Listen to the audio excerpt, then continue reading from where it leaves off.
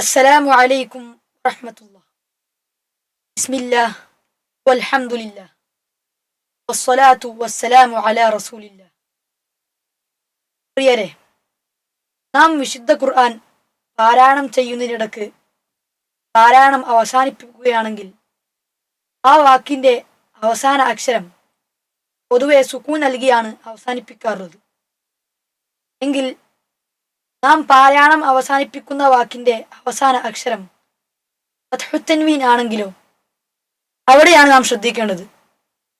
നാം പാരായണം അവസാനിപ്പിക്കുന്ന വാക്കിൻ്റെ അവസാന അക്ഷരം ഫത്ഹുത്തൻവീൻ ആണെങ്കിൽ അലിഫാക്കി അലിഫിൻ്റെ അളവിൽ നീട്ടിയാണ് പാരായണം അവസാനിപ്പിക്കേണ്ടത്. ഉദാഹരണത്തിന് സൂറത്തുൽ ആദിയാത്തിലെ 1-ാമത്തെ ആയത്ത് പരിശോധിച്ചാൽ വല്ലആദിയാതി ദബ്ഹൻ എന്നല്ല നാം പാരായണം അവസാനിപ്പിക്കേണ്ടത്, മറിച്ച് വല്ലആദിയാതി ദബ്ഹ.